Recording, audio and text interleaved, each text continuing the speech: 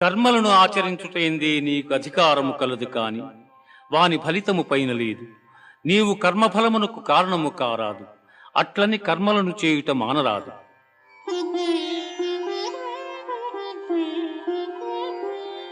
దుఃఖేష్వనుద్విగ్నమనా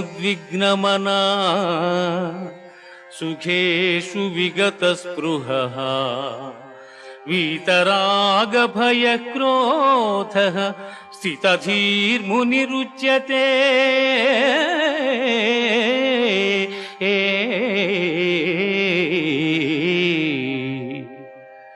దుఃఖములు కలిగినప్పుడు దిగులు చెందని వాడును, సుఖములు కలిగినప్పుడు స్పృహ లేని వాడును, రాగము భయము క్రోధము పోయిన వాడును స్థితప్రజ్ఞుడని చెప్పబడును.